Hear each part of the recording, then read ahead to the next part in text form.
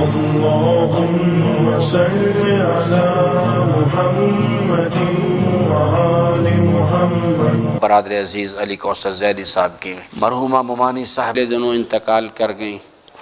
انہوں نے تقاضا کیا تھا اس چیز کے لیے کہ اس مرحومہ کے ایصال ثواب کے لیے یہ آج کی مجلس جو ہے پڑھی جائے، تو درخواست ہے آپ سے کہ اس مرحومہ کے ایصال ثواب کے لیے، جمیع حاضرین کے مرحومین کے ایصال ثواب کے لیے، اور وہ تمام برادران و خواہران جو راہ حسین علیہ السلام میں اپنے گھروں سے نکلے، اسی راستے پہ ان کو موت آ گئی، ان تمام حضرات کی منازل برزخ کی آسانی اور بلندی درجات کے لیے سورہ فاتحہ درود پڑھ لیجئے۔ محمد وآل محمد۔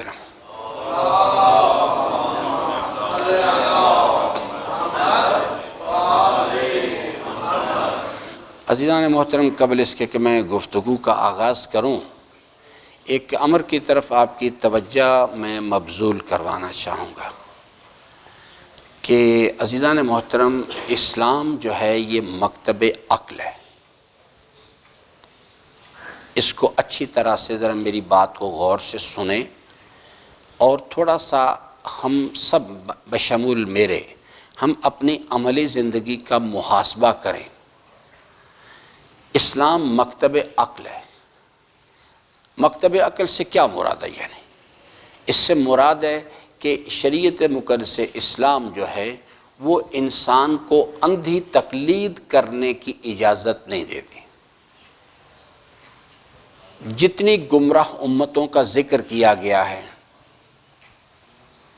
جتنی بھی گمراہ امتیں قرآن کی، حضرت موسیٰ علیہ السلام کی قوم، حضرت عیسیٰ علیہ السلام کے زمانے کے لوگ، حضرت نوح علیہ السلام کی قوم، جتنی بھی گمراہ امتوں کا ذکر ہوا ہے، ایک عجیب اتفاق ہے کہ ان سب امتوں کی جو ضلالت و گمراہی یا انحراف کا جو سبب ہے قرآن کریم نے بیان کیا کہ ان سے پوچھا گیا کہ آپ اس طرز عمل پر یہ روش جو آپ کے پاس ہے، جو ایک مثال کے طور پہ حضرت ابراہیم علیہ السلام کا جو قصہ ہے، جو حضرت ابراہیم علیہ السلام نے ان سے یعنی باضابطہ طور پہ پوچھا، ما هذه التماثیل التی انتم لها عاکفون، یہ آپ لوگوں نے یہ جو روش بنائی ہوئی ہے، یہ آپ ان کی جو یعنی آپ نے یہ مورتیاں بنا رکھی ہیں اور آپ یہ اس کی دلیل کیا آپ کے پاس، یہ بتائیے۔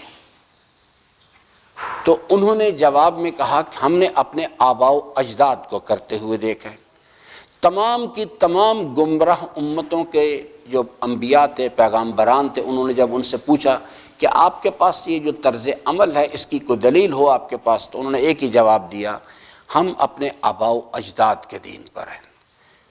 تو قرآن کریم کا ایک ہی جواب ہے اس روش کے بارے میں کہ جو بھی چاہے 2021 کا زمانہ ہو یا آج سے 2000 سال پہلے کہ ابراہیم کا، یا 3000 سال پہلے نوح کا زمانہ، یا 4000 سال پہلے کو اور زمانہ، قانون وہی ہے۔ حضرت ابراہیم علیہ السلام نے جواب میں اپنی قوم کے لوگوں سے کہا کہ اگر آپ کے پاس اپنے طرز عمل جو ہے اس کی دلیل کے طور پہ یہی چیز ہے کہ آپ حضرات جو ہیں اپنے آباء و اجداد کی اندھی تقلید کر رہے ہیں، تو جواب یہ ہے کہ آپ بھی گمراہ لوگ ہیں اور آپ کے آباء و اجداد بھی گمراہ لوگ تھے۔ 2021 میں بھی یہی جواب ہے کہ اگر ہمارے پاس اپنے طرز عمل کے لیے، اس سے بحث نہیں ہے کہ میں نے کون سا سٹیکر یہاں لگا رکھا ہے، میں مسلمان ہوں، میں یہودی ہوں، میں عیسائی ہوں، یا کوئی بھی، نیم اینی ون، یا مسلمانوں کے اندر آ جائے میں شیعہ ہوں، میں سنی ہوں۔ اگر میرے پاس اپنے طرز عمل کے لیے کوئی جسٹیفیکیشن کے لیے کوئی دلیل میرے پاس نہیں قرآن اور اہل بیت کے منابع سے، تو پھر یہی جواب میرے لیے کہ آپ بھی گمراہ ہیں اور آپ کے آباء جن کی آپ تقلید کر رہے ہیں وہ بھی گمراہ لوگ تھے۔ اس لیے اس کو ذرا بڑے غور سے میری بات سنیں، کیونکہ اسے کہتے ہیں عقل سے کام لینا، یعنی قرآن کہتا ہے اپنے عمل کی وادی میں داخل ہونے سے پہلے اپنے آباء و اجداد کے طرز عمل پہ غور کرو، ہو سکتا ہے وہ کھلی کھلی گمراہی میں مبتلا ہوں۔ یہ دلیل جو ہے اس بنیاد پر کہ یہ راستہ جو ہے اس کی حقانیت کی دلیل یہ ہے کہ چونکہ میرے آباء و اجداد کرتے چلے آئے، قرآن کہتا ہے یہ دلیل جو ہے یہ قابل قبول نہیں ہے بالکل بھی۔ اس لیے جو میں گفتگو کا شروع کرنے سے پہلے میں نے تمہید کے طور پہ، مقدمے کے طور پہ آپ سے ہی گزارش کی ہے۔ کیوں؟ اس لیے کہ میرا جو انالیسس ہے، میں بھی اسی معاشرے کا حصہ ہوں، کہ اس وقت جو مسلمان معاشرے ہیں روئے زمین پہ، کیونکہ قرآن کریم کسی شیعہ سے کسی سنی سے خطاب نہیں کرتا، قرآن کریم انسانوں سے باتیں کرتا ہے، انسانوں سے خطاب کرتا ہے۔ اس وقت کے جو یعنی روئے زمین پر جو انسانی معاشرے ہیں، چاہے وہ مسلمان معاشرے ہیں یا غیر مسلم معاشرے ہیں، ان کی اکثریت اسی جرم کا ارتکاب کر رہی ہے۔ وہ اسے کہتے ہیں بلائنڈ فالوور، اندھی تقلید کرنے والے لوگ ہیں۔ یہ اس چیز کو دقت اس پہ کرنی ہے۔ یہ جو میں نے آپ کے سامنے سورہ عصر آپ کے سامنے تلاوت کی، اس کے یہ 4 سٹیپ پلان ہے، 4 نکات پر مشتمل۔ یہ پہلا مرحلہ جو ہے وہی عقل کی بحث ہے۔ پہلی شرط ہے کہ اگر انسان خسارے سے بچنا چاہتا ہے، پرووائڈڈ کہ میں ذہنی طور پر چاہتا ہوں کہ اپنے آپ کو بچاؤں اس بدبختی سے، کہ اینڈ آف دا ڈے جا کے میں ناکامی سے اپنے آپ کو فیلیور سے بچاؤں اسی طرح سے، تو پھر قرآن کہتا ہے کہ you have to do this thing, آپ نے یہ 4 کام کرنے ہی کرنے ہیں، کوئی اس میں آپشن میرے پاس نہیں ہے۔ پہلی چیز ہے ایمان، اور ایمان لانا جو ہے، جو ہوتے ہیں نا آباء و اجداد کی تقلید کرنے والے لوگ، ان کا کانسیپٹ یہ ہوتا ہے کہ ایمان فادر ٹو سن خود بخود آ جاتا ہے۔ یہ بیسک پوائنٹ آف ڈسپیوٹ ہے، یاد رکھیے گا۔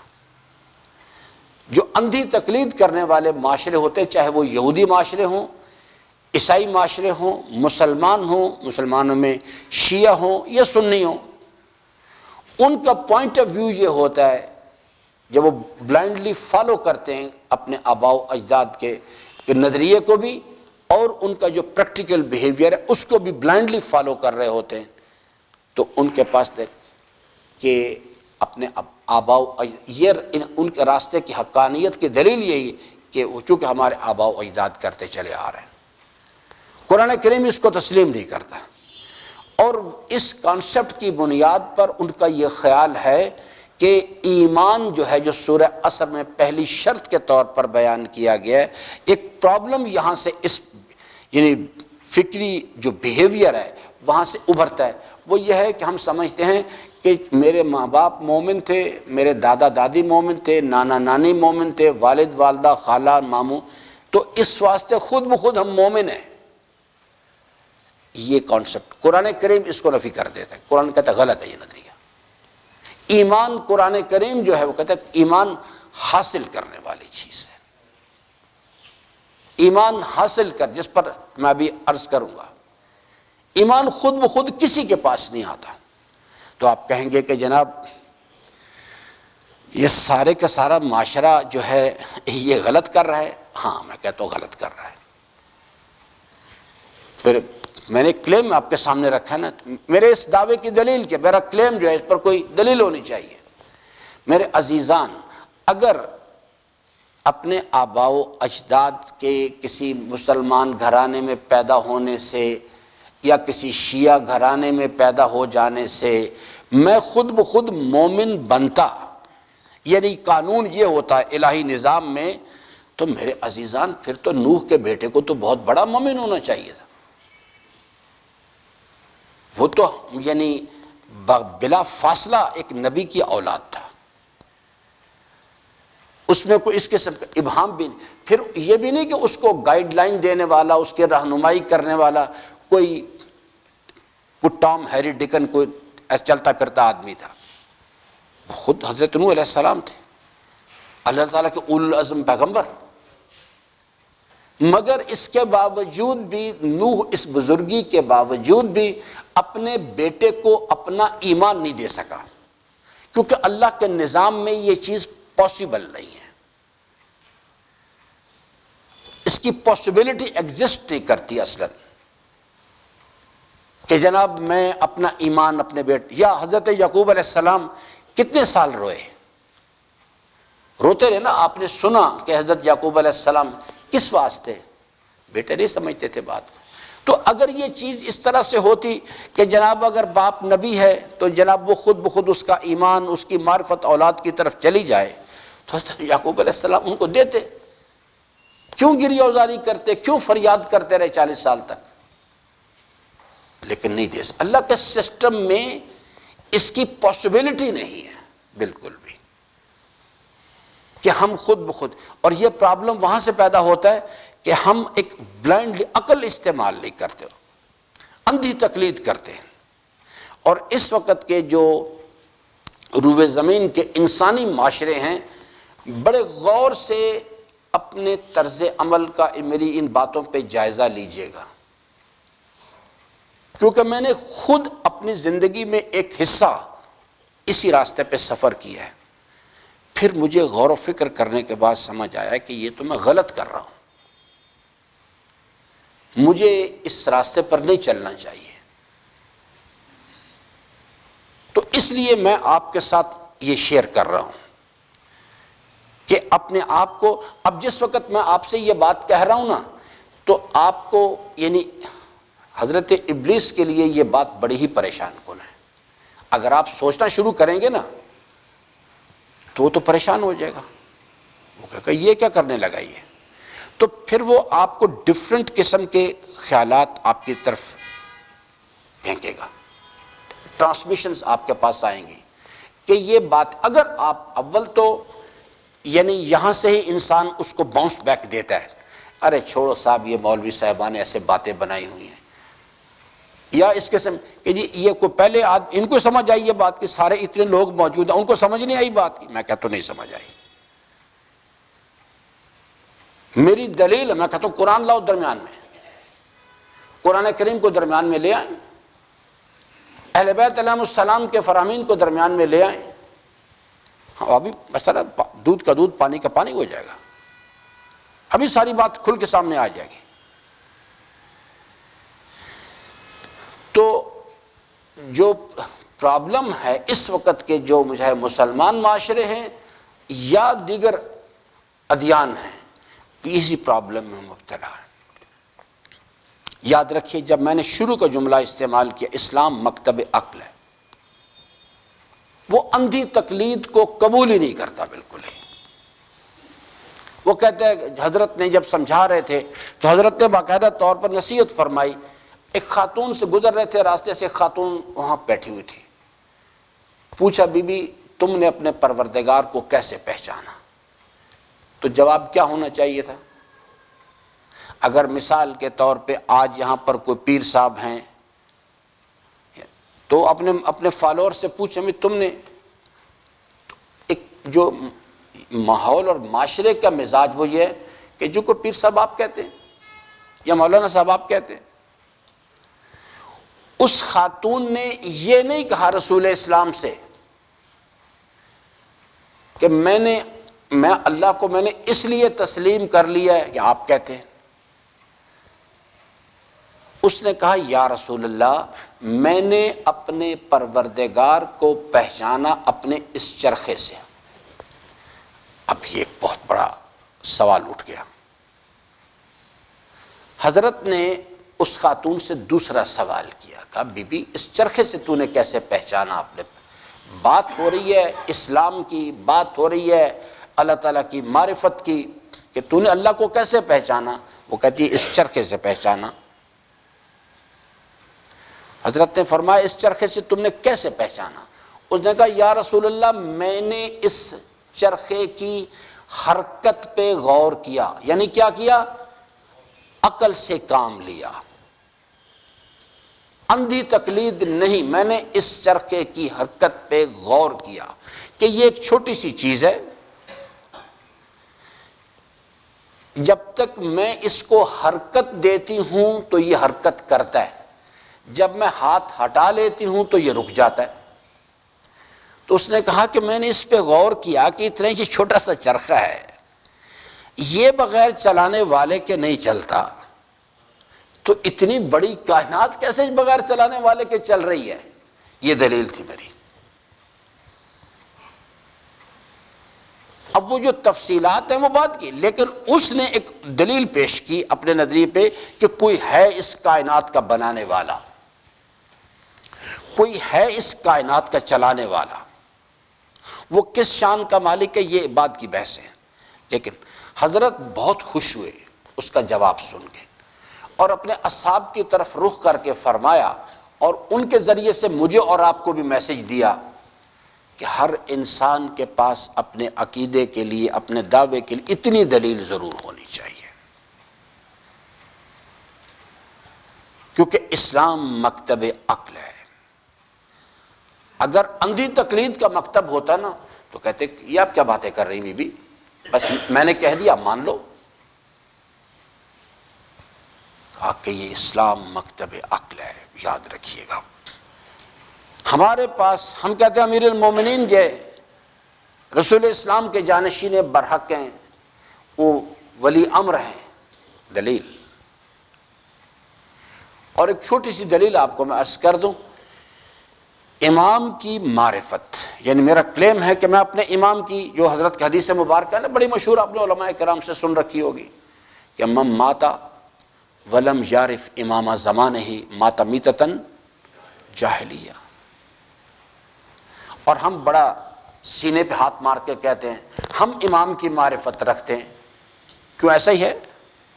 یا اس مجمع میں کوئی ایسا ہے جو کہتا ہے میں نہیں رکھتا؟ کوئی ہے تو ہاتھ کھڑا کرے ذرا اپنا۔ سب کا کلیم یہ ہے نا، پتہ ہے ہمیں، ہم میں سے کتنوں کو پتہ ہے کہ معرفت کا دلیل کیا ہوتی ہے؟ ہم نے جب یہ کہا کہ اس حدیث مبارکہ یہ بالکل درست ہے،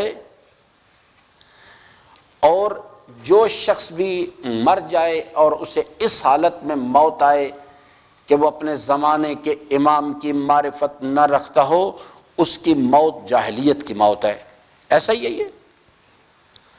خوب، کیا خیال ہے میرا اپنے بارے میں اور آپ کا اپنے بارے میں؟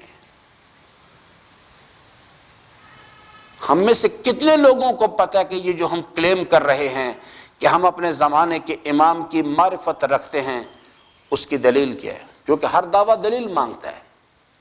جب میں نے یہ بات کہی کہ میں اپنے زمانے کے امام کی معرفت رکھتا ہوں، 6 معنی دار، اس کا مطلب کیا ہے؟ اس کے یاد رکھیے گا، معرفت امام کی اور امام کی فرما برداری آپس میں لازم و ملزوم ہے۔ جیسے روشنی اور اجالا، روشنی ہو اور اجالا نہ ہو، یہ آپس میں کبھی ممکن نہیں۔ بالکل اسی طرح سے امام کی معرفت ہو اور امام کی فرما برداری نہ ہو، یہ ممکن نہیں، یہ آپس میں لازم و ملزوم ہے۔ اگر میرا یہ خیال ہے کہ میں امام کی معرفت رکھتا ہوں تو پھر میرے کردار سے اس کی دلیل میرے پاس ہونی چاہیے۔ اگر امام کی فرما برداری میرے کردار میں نہیں تو باقی باتیں تو بات کی ہیں۔ سب سے پہلے جو میرا دعویٰ ہے کہ میں امام کی معرفت رکھتا ہوں، اس پر سوالیہ نشان ہے کہ یہ کس قسم کی معرفت ہے۔ یہ وہ معرفت یا تو مجھے پتہ ہی نہیں معرفت کیا ہوتی ہے، اور یا پھر میں جان بوجھ کے اپنے آپ کو دھوکہ دے رہا ہوں، جھوٹ بولنا چاہتا ہوں۔ تو اس لیے میرے عزیزان، یہ جو 4 نکاتی پروگرام دیا گیا ہے، اس پروگرام کے بارے میں 4 چیزیں اللہ تعالیٰ نے بیان فرمائی ہیں کہ دیکھو بھی افتخار مرزا جیسا میرا نام افتخار ہے۔ تو جب میں سورہ عصر پڑھتا ہوں تو سادہ زبان میں اردو میں میسج یہ ہوتا ہے کہ دیکھ بھئی افتخار مرزا، میں تیرا پروردگار تجھے ایک بات بتا رہا ہوں، سسٹم میں نے بنایا ہے سارا، اور ایک دن آئے گا تجھے موت آ جانی ہے، آگے ہے حساب و کتاب، اور اگر تو وہاں پہ اپنے آپ کو حساب و کتاب میں خسارے سے یعنی ناکامی سے بچانا چاہتے ہو تو دیکھو ابھی ٹائم لائن ہے، تیرے پاس مہلت ہے، ایسا کر، یہ 4 چیزیں کر لے، اگر تو نے یہ کام نہ کیا جو میں بتا رہا ہوں تو تو اپنے آپ کو خسارے سے نہیں بچا سکے گا. یہ ہے میسج سادہ سا. کوئی کسی کے کام آنے والا نہیں کہ اگر تو نے یہ کام نہ کیا، چونکہ سسٹم میں نے بنایا ہے تو پھر یاد رکھنا تو اپنے آپ کو نہیں بچا. نہ کسی کی سفارش تیرے کام آئے گی اور نہ کوئی بوجھ اٹھانے والا تیرا بوجھ اٹھائے گا. ہر انسان نے اپنا بوجھ خود اٹھانا ہے. تو عزیزان محترم، جو ایمان کا سفر ہے اس کو میں ایک دو ہنٹ آپ کو دیتا ہوں. ابھی میں نے آپ کی خدمت میں عرض کر دیا کہ یہ ایک مس کانسیپٹ ہے کہ جناب ایمان خود بخود آ جاتا ہے. نہیں، خود بخود نہیں آتا کسی کے پاس. ایمان حاصل کرنا ایک مشکل کام ہے. یہ بڑا زحمت طلب مسئلہ ہے. اس کے لیے خون جگر پلانا پڑتا ہے. یاد رکھیے گا، اللہ تعالیٰ کی دو طرح کی تقسیم ہے. ایک وہ تقسیم ہے جو شان رحمانیت کے ذیل میں سب کو دیتا ہے. ایک وہ رحمت کا وہ پہلو ہے جو رحیمیت کے ذیل میں. یاد رکھیں، یہ وجود سب کو دیتا ہے. اس وجود کے اندر اعضاء و جوارے سب کو دیتا ہے. ان کی سلامتی سب کو دی ہوئی ہے. یہ سب چیزیں مال کا دے دو بھی دے دو، کوئی مسئلہ نہیں. لیکن یاد رکھیے گا، اپنے دین کا فہم ہر کسی کو نہیں دیتا. نور معرفت ہر کسی کو نہیں دیتا. اپنے فرما برداری کا شوق ہر کسی کو نہیں دیتا.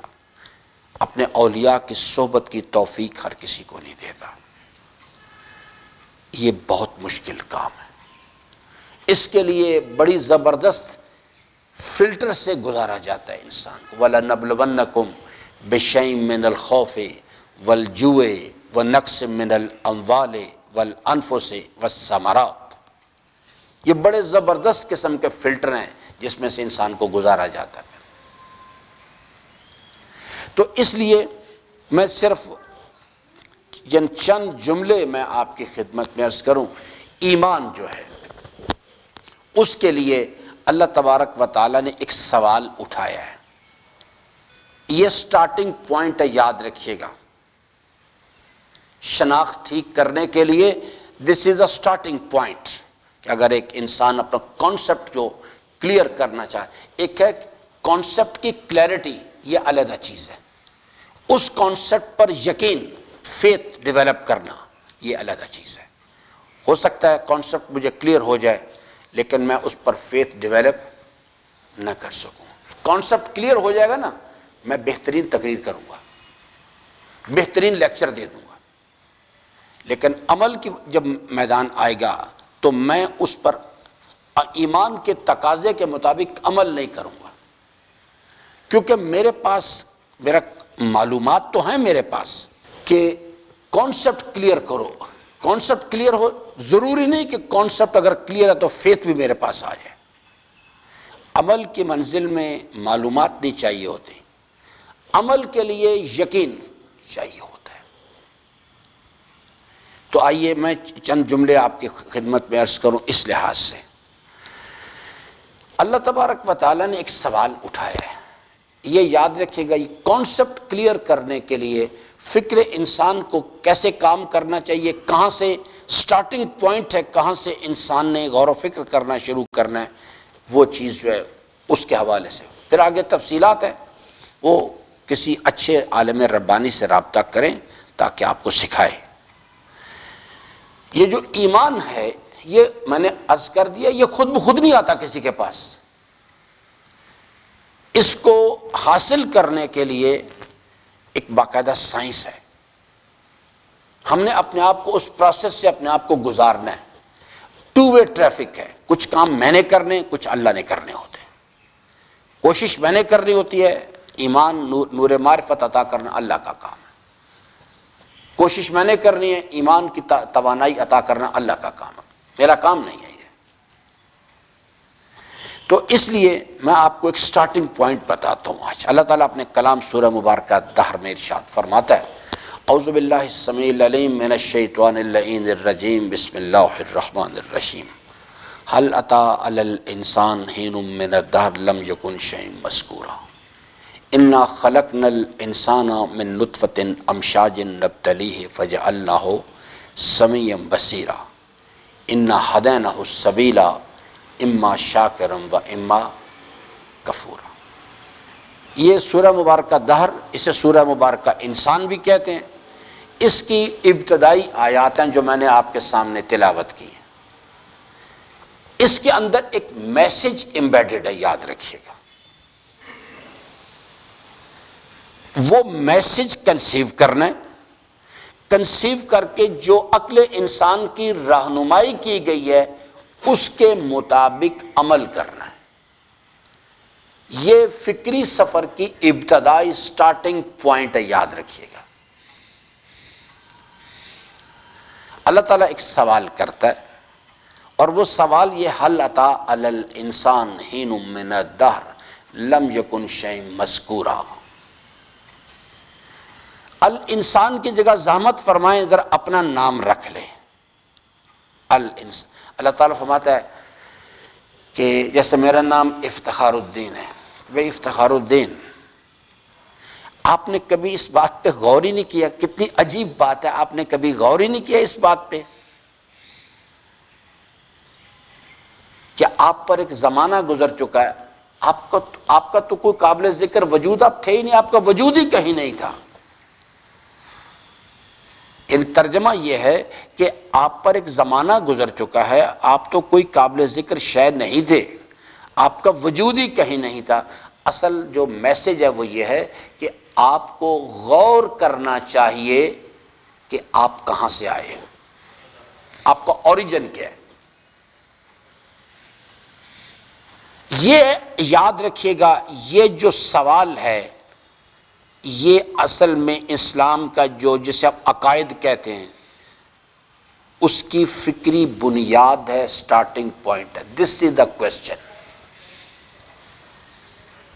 میں پھر دوبارہ عرض کروں، حل اتی علی الانسان، اب الانسان کی جگہ اپنا نام رکھیں، اور اس کے بعد دیکھیں کہ اللہ تعالیٰ مجھے اور آپ کو مخاطب کر کے یہ بات کہہ رہا ہے کہ بھئی کتنی عجیب بات ہے، اتنا میری 68 ایئرز ایج ہے، یعنی مجھے اس وقت کہہ رہا ہے، کہتا ہے دیکھ کہ بھئی افتخار میں تو عجیب بات بھی ہے، زندگی کے 68 سال تو نے گزار دیے، تجھے آج تک وقت ہی نہیں مل سکا اس بات پہ تو غور کرتا کہ تو کہاں سے آ گیا ہے، تیرا تو وجود ہی کہیں نہیں تھا۔ یعنی تجھے اس سوال کو پر غور کرنا چاہیے تھا۔ تو چلو کہتا ہے، اب آگے کہتے ہیں چلو کوئی بات نہیں، اگر تو نے آج تک تجھے وقت نہیں ملا، بیوی بچے شہرت مال اقتدار دنیا نے تجھے پکڑا رکھا ہے اور تجھے آج تک وقت ہی نہیں مل سکا، چلو آج تو میرے پاس آ گیا اگر، تو میں تجھے توجہ دلا رہا ہوں کہ یہ تو بڑی عجیب بات ہے، بڑی حیرت کی بات ہے، تو نے کیا کیا؟ یہ 68 سال زندگی کے ضائع کر دیے تو نے غور ہی نہیں کیا اس بات کے اوپر۔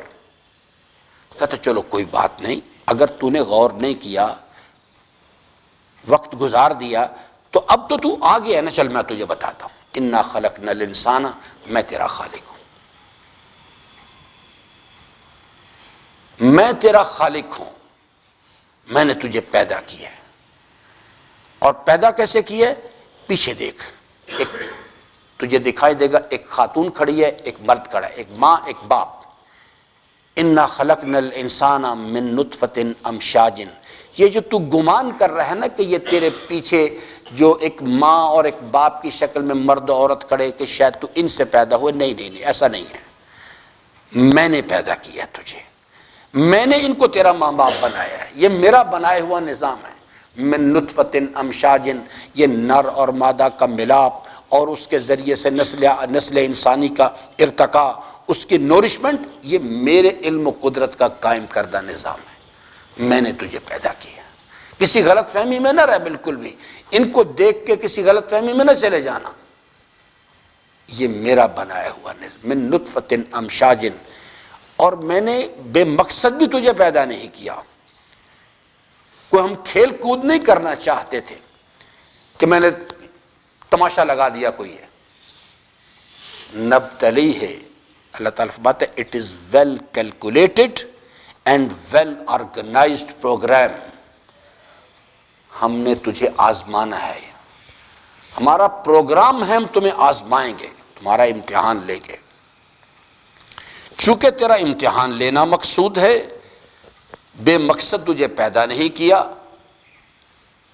یہ دنیا کا نظام ایسے بے مقصد نہیں بنایا، اس کا ایک مقصد ہے، نبتلی ہے، ہم نے تجھے آزمانا ہے، تیرا امتحان لینا ہے۔ پس چونکہ امتحان لینا ہے فجعلناہ سمیعا بصیرا، پس میں نے تجھے نور عقل سے سرفراز کیا۔ پھر تیسری آیہ مبارکہ میں ارشاد فرماتا ہے فجعلناہ سمیعا بصیرا کے بعد انا ہدیناہ السبیلا، جب ہم تجھے نور عقل عطا کر چکے، سب کے پاس ہے، انا ہدیناہ السبیلا، پھر عقل کی رہنمائی کے لیے ایک سسٹم بنایا۔ هو الذی بعث فی الامیین رسولا منہم یتلو علیہم آیاتہ ویزکیہم ویعلمہم الکتاب والحکمہ وان کانوا من قبل لفی ضلال مبین۔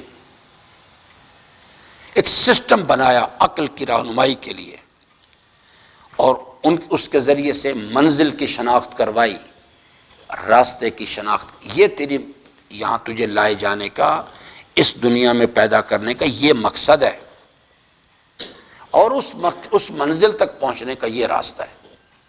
انا ہدیناہ السبیلا، اور جب ہم تجھے وجود عطا کر چکے، نور عقل عطا کر دیا، عقل کی رہنمائی کر دی ہم نے، اور منزل کی شناخت کروا دی، راستے کی شناخت کروا دی، تو پھر فرماتا ہے اما شاکرا و اما کفورا، اب تیری مرضی ہے، تو ہمارا شکر گزار بندہ بن جا، یعنی جو اس جوانی کو استعمال کرنے کے لیے جو راستہ میں نے تعلیم کیا ہے اس کو اختیار کر لے، اسے کہتے شاکرن۔ اما کفورا، یا تیری جو اب تیرا نفس جو تقاضا کرتا ہے، جو تیری مرضی وہ کر لے۔ یہ دو راستے، یہی دو دین ہیں۔ آج تک روئے زمین پر جب سے ہمارا باپ آدم پیدا ہوا ہے، تیسرا دین وجود میں نہیں آیا، یہ دو دین ہیں، ایک شاکرن ایک کفورا۔ کہا کہ آپ کی مرضی ہے، آپ آزاد ہیں۔ یہ دو دین ہیں، اور کہا کہ اس بات پہ غور کر، هل أتى على الانسان حين من الدهر لم يكن شيئا مذکورا۔ امیر المومنین علی بن ابی طالب علیہ السلام نے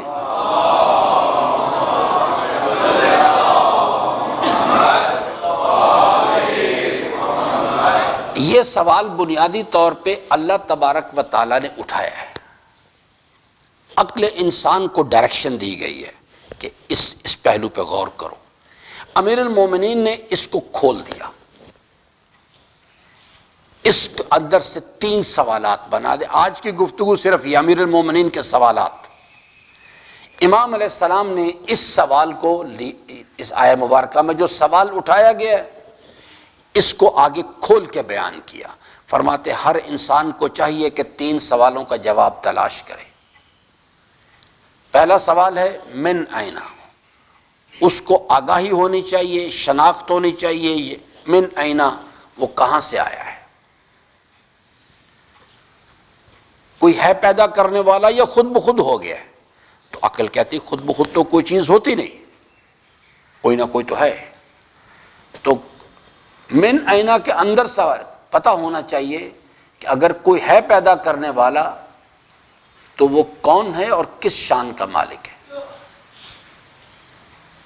میرا اس کے ساتھ کیا رابط ہے۔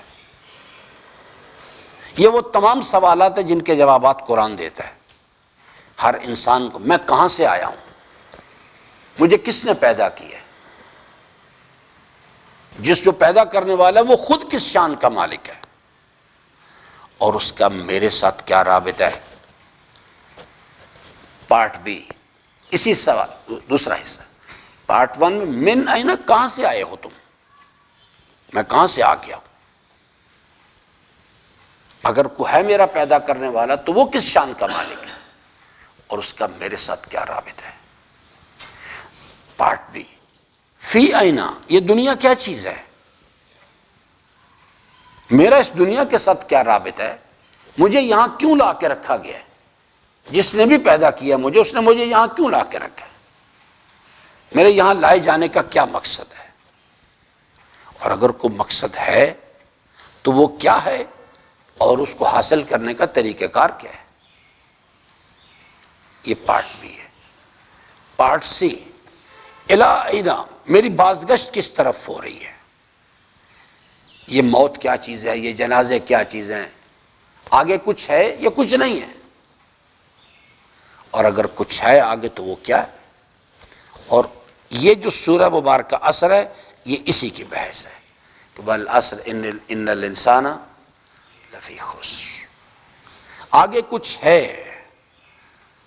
اور اللہ تعالیٰ رہنمائی کر رہا ہے کہ اگر اپنے آپ کو خسارے سے بچانا چاہتے ہو، اس اینڈ آف دا ڈے جا کے فیلور سے بچنا چاہتے ہو، then you have to do this thing. There is no way out at all. جو آپ کو اس کے علاوہ کوئی باتیں بتاتے ہیں، مسئلہ دو حالتوں سے خالی نہیں، یا تو وہ بے خبر ہیں اور یا وہ پھر جان بوجھ کے جھوٹ بول رہے ہیں اور آپ کو دھوکہ دینا چاہتے ہیں. کوئی راستہ اس کے علاوہ نہیں. الی اینا، میری بازگشت کس طرف ہو رہی، آگے کچھ ہے یا کچھ نہیں. اگر کچھ ہے تو وہ کیا ہے. بس ایک چھوٹا سا یعنی حضرت کی حیات، 8ویں امام کی حیات کا ایک واقعہ، اور اس کے بعد آج کی گفتگو ختم. پھر کبھی موقع ہوا تو ان سوالوں کے اوپر تفصیل کے ساتھ بات کریں گے. میں نے اصولی مسئلہ آپ کو سمجھا دیا ہے کہ فکری اسلام مکتب عقل ہے. اس پر یہ بحث نہیں ہے بالکل بھی کہ جناب اگر کوئی چھوٹا بچہ ہے تو اس کو تو یعنی سوچنا چاہیے، اور جن کی ریش میری طرح سفید ہے ان کا نہیں، بلکہ جن کی ریش سفید ہو چکی ہے وہ زیادہ خطرے کی زد میں ہیں، ان کو زیادہ فکر کرنی چاہیے اور غور و فکر کرنا چاہیے. تو ان سوالوں کے جوابات پر انشاءاللہ پھر یعنی بات کریں گے. میں نے اصولی مسئلہ آپ کو بتا دیا ہے، یہاں سے سٹارٹنگ پوائنٹ ہے، اس پہ کام شروع کریں.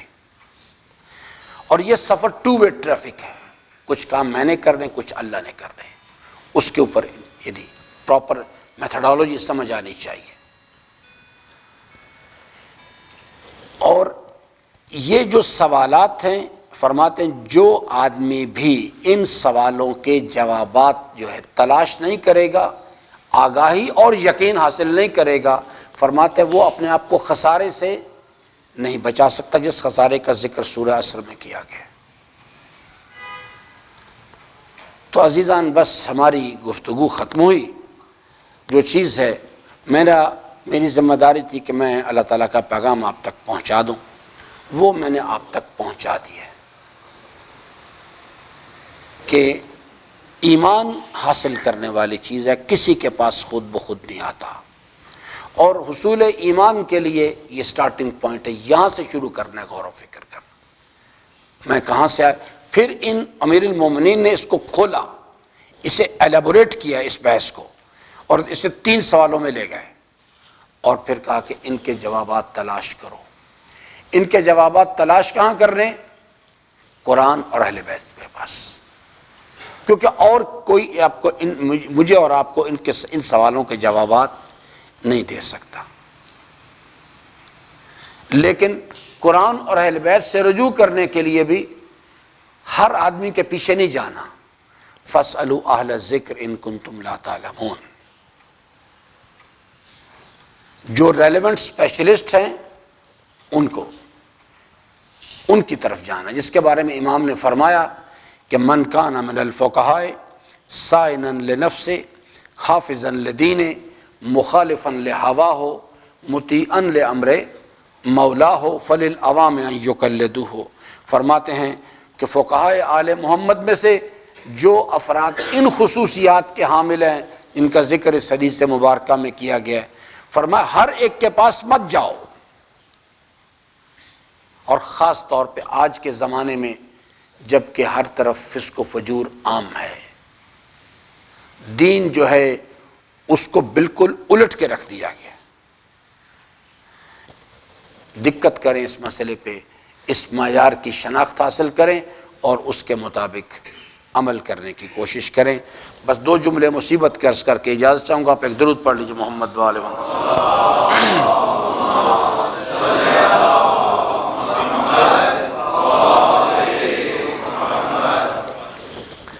عزیزان محترم،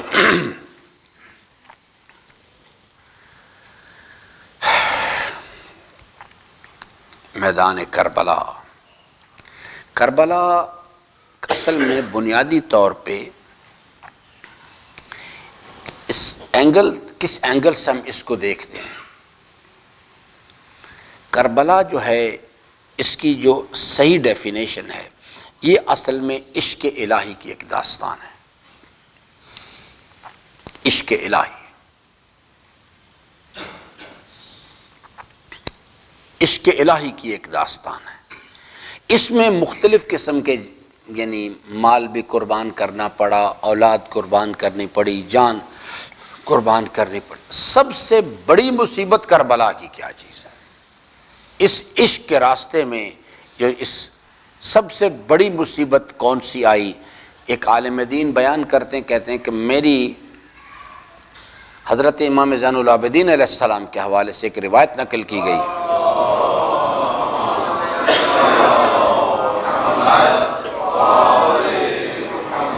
امام علیہ السلام سے پوچھا گیا، فرزند رسول سب سے بڑی مصیبت کہاں پہ آئی؟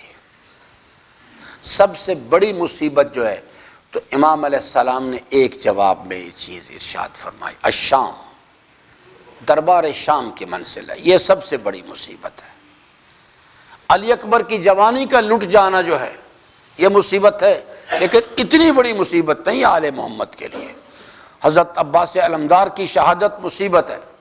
ایک عالم دین کا مکالمہ لوگ نقل کرتے ہیں علماء کرام کہ اس نے حضرت سے پوچھا کہ فرزند رسول یہ ارشاد فرمائیں کہ زیارت ناہیہ میں آپ کا ارشاد ہے کہ اے میرے جد بزرگوار، گردش زمانہ نے مجھے بہت بعد میں پیدا کیا، میں آپ کی نصرت نہ کر سکا، لیکن آپ کی مصیبت کو یاد کر کے میں خون کے آنسو بہاتا ہوں۔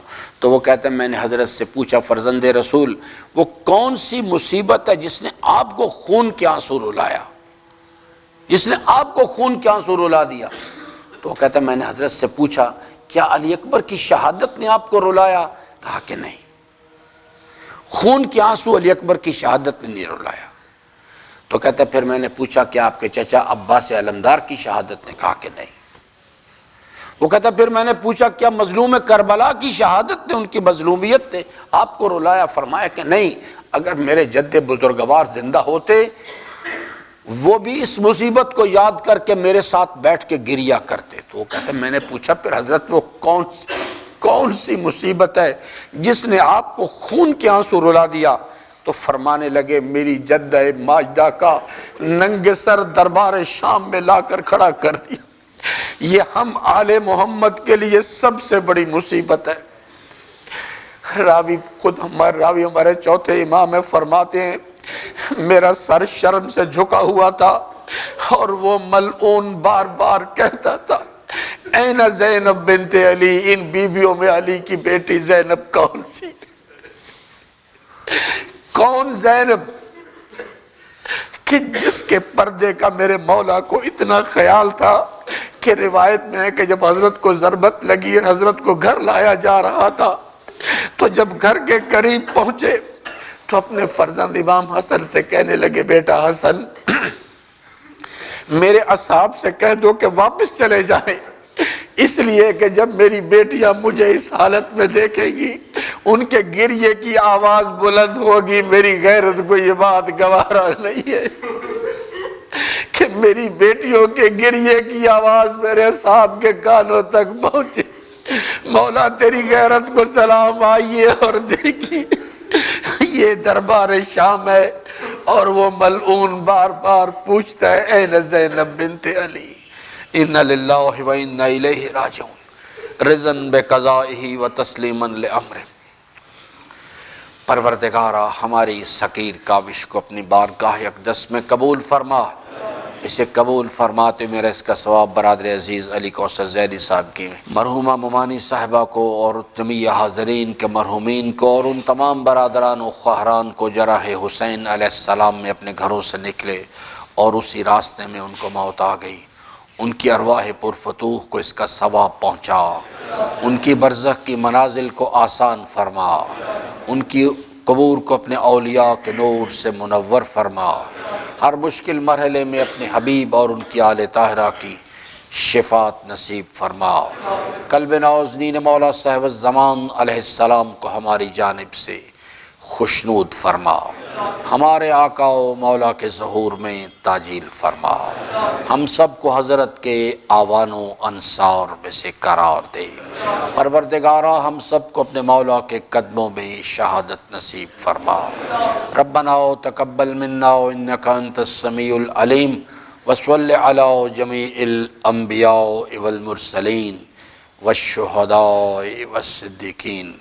برادر عزیز علی کوثر زہری صاحب کی مرحومہ ممانی صاحبہ، جمیع حاضرین کے مرحومین اور وہ تمام برادران و خواہران جو راہ حسین علیہ السلام میں دنیا سے تشریف لے گئے، ان کی ارواح پرفتوح کی بلندی درجات کے لیے سورہ فاتحہ۔ اللہم اغفر للمومنین والمومنات والمسلمین والمسلمات الاحیاء منہم والاموات تاب اللہم بیننا وبینہم بالخیرات انکا مجیب الدعوات انکا علی کل شیء قدیر۔ اور حبیب خدا